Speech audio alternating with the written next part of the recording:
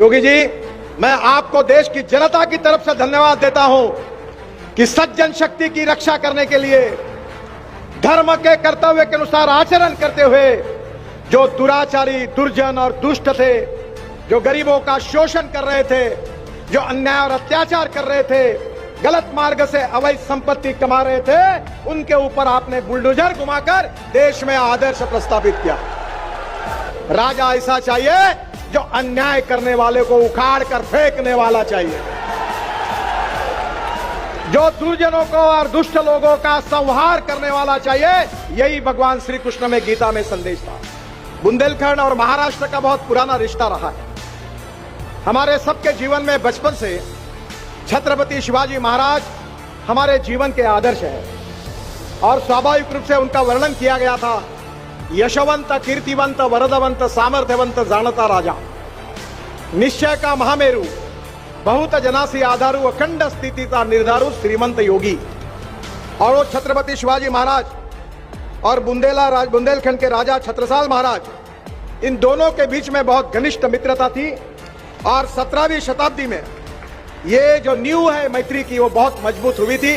वो देश के इतिहास में बहुत महत्वपूर्ण है। ये वीरों की भूमि है और इसी भूमि पर एक इतिहास बना रहे हमारे योगी जी। मैं आज देश की जनता की तरफ से उनको धन्यवाद दूंगा कि भगवान श्री कृष्ण ने भगवत गीता में एक बात कही, वो योगी जी के काम को देखकर याद आती है।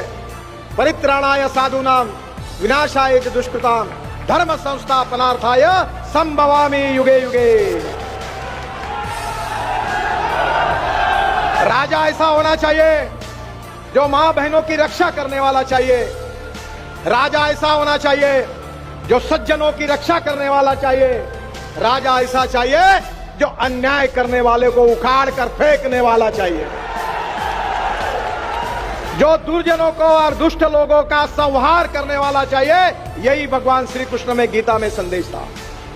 योगी जी, मैं आपको देश की जनता की तरफ से धन्यवाद देता हूं कि सज्जन शक्ति की रक्षा करने के लिए धर्म के कर्तव्य के अनुसार आचरण करते हुए जो दुराचारी, दुर्जन और दुष्ट थे, जो गरीबों का शोषण कर रहे थे, जो अन्याय और अत्याचार कर रहे थे, गलत मार्ग से अवैध संपत्ति कमा रहे थे, उनके ऊपर आपने बुलडोजर घुमाकर देश में आदर्श प्रस्तावित किया।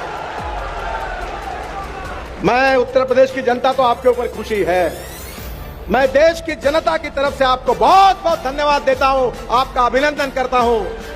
और आप इसी कार्य से आगे जाएंगे तो सही में अयोध्या में राम मंदिर तो अब निर्माण हो गया है, पर देश में राम राज्य निर्माण होगा, ये मेरा विश्वास है।